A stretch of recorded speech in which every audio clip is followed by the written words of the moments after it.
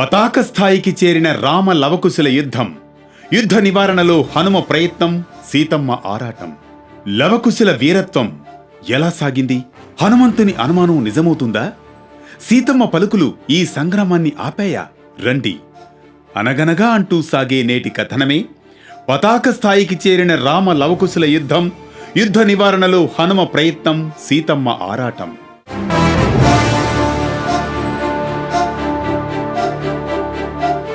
అనగనగా అది త్రేతాయుగం.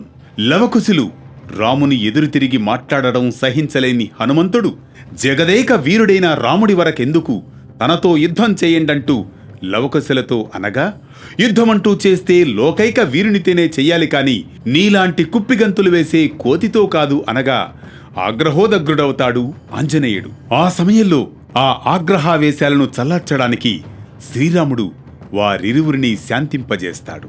ఇది ఇప్పటి వరకు సాగిన కథనం. ఇక్కడ నుండి ముందుకు సాగుదాం రండి. శ్రీరాముడు ఇక చేసేది లేక ధనుర్బాణాలు సంధించి లవకుశులతో యుద్ధానికి సన్నద్ధమవుతాడు. ఒకరిని మించి ఒకరుగా జయాపజయాలు ఎవరిని వరిస్తాయో తెలియక ఘోరంగా యుద్ధం మహాప్రళయంగా సాగుతూ ఉంటుంది. ఆశ్రమవాసులు భయకంపితులవుతారు. భూదేవి వణికిపోతుంది. ఆ సమయంలో హనుమంతుడు, ప్రభు శ్రీరామ, యుద్ధరంగంలో నీచేతే ఈ ఇద్దరు బాలుల మీద శరవర్షం చూడడం నా హృదయాన్ని ఎందుకో తట్టుకోవడం లేదు. వారి స్వరాలు, వారి రూపం ఏవో నాకు స్ఫురణకు వస్తున్నాయి, ఆత్మకు సన్నిహితంగా అనిపిస్తున్నాయి. వారి నడవడిక, వారి ధైర్యం, వారి బాణ శౌర్యం ఇవన్నీ రఘువంశ లక్షణాల్లా అనిపిస్తున్నాయి. వీరు సాధారణ యోధులు కారేమో అనిపిస్తోంది. వీరిని సూక్ష్మంగా గమనించు రఘునందన. అవును ఆంజనేయ, అవును. నీ మాటలు నా హృదయంలో కూడా నిగూఢమైన సందేహాన్ని రేపుతోంది. ప్రభూ, నీ పాదసేవకు జీవితాన్ని అంకితం చేశాను. కాని ఈ క్షణంలో నీకు ఒక మిత్రుడిగా, ఒక సేవకుడిగా, ఒక ధర్మ సాక్షిగా విజ్ఞప్తి చేస్తున్నాను. వారి ముఖాన్ని గమనించు, వారి వాణిని ఆలకించు, వారి నడతను గమనించు. ఏదో దివ్యత్వం వారిలో ప్రతిబింబిస్తోంది. ఆ సందిగ్ధావస్థలో ఎటూ తేల్చుకోలేక భయంకర యుద్ధాన్ని ఆపేందుకు హనుమంతుడు వాల్మీకి ఆశ్రమానికి వెళ్లాలని నిర్ణయించుకుంటాడు. అలా హనుమ వాల్మీకి ఆశ్రమంలోనికి వెళ్లి మునీంద్ర అంటూ ప్రవేశిస్తాడు. పూజా నిమగ్నురాలైన సీతమ్మను చూస్తాడు. అంతలో వాల్మీకి మహర్షి, అమ్మా జానకి, నీకు శుభం కలుగుగాక అనగానే ఇంతలో వాల్మీకి సీతమ్మ సంభాషణ వింటున్న ఆంజనేయుడు ఆశ్చర్యపోతాడు. ఆ బాలకులు సీతమ్మ సుతులా అని.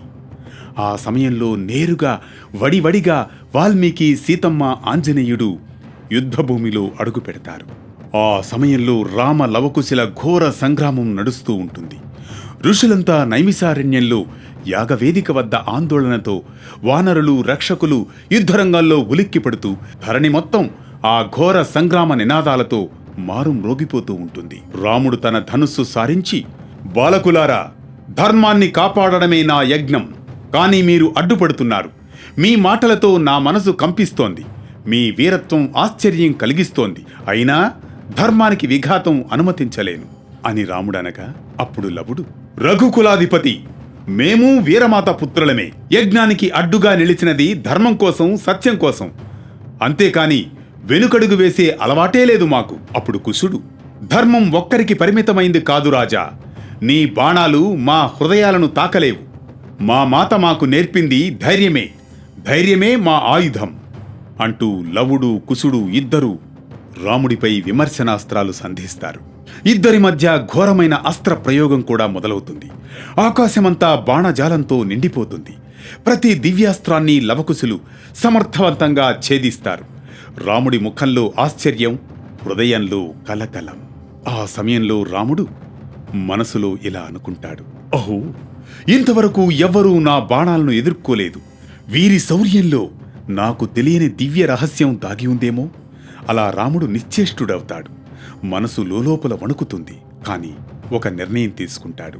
బాలకులారా, ఇక నిగ్రహం వీలు కాదు. ఎంతో మంది మహావీరులను నేలకూల్చిన దివ్యాస్త్రమైన నా రామ బాణమే చివరి నిర్ణయం. ధర్మాన్ని కాపాడడానికి దాన్ని ఉపయోగించక ఇప్పుడు తప్పడం లేదు అంటూ రాముడు తన రామబాణాన్ని సంధించడానికి ఉద్యుక్తుడవుతాడు.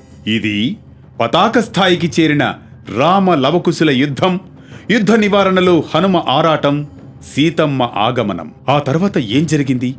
ఇప్పటి విరామంతో రేపటి వరకు ఎదురు చూద్దాం. కథనంలోని ఈ ఘట్టం మనకిచ్చే సామాజిక సందేశం ఒక్కటే: యుద్ధం భీకర స్థాయికి చేరిన వాస్తవానికి అది ఒక తండ్రి కుమారుల బంధంలో ఓ పరీక్ష అని. ఇది మనకు నేర్పేదేంటంటే, సంఘర్షణలు ఎక్కడైనా వస్తాయని, కానీ ఘర్షణ కంటే సంభాషణే సమస్యలకు పరిష్కారమని. రామాయణం కేవలం ఒక ఇతిహాసం కాదు, మన హృదయాల్లో మార్గదర్శిగా వెలిగే ధర్మ దీపం. ఈరోజు మన వేటూ న్యూస్ కథా పయనంలో ఇప్పటి ఈ చిరు విరామం రేపటి ధర్మ వెలుగు ప్రారంభంలో మరో శ్రీకారం.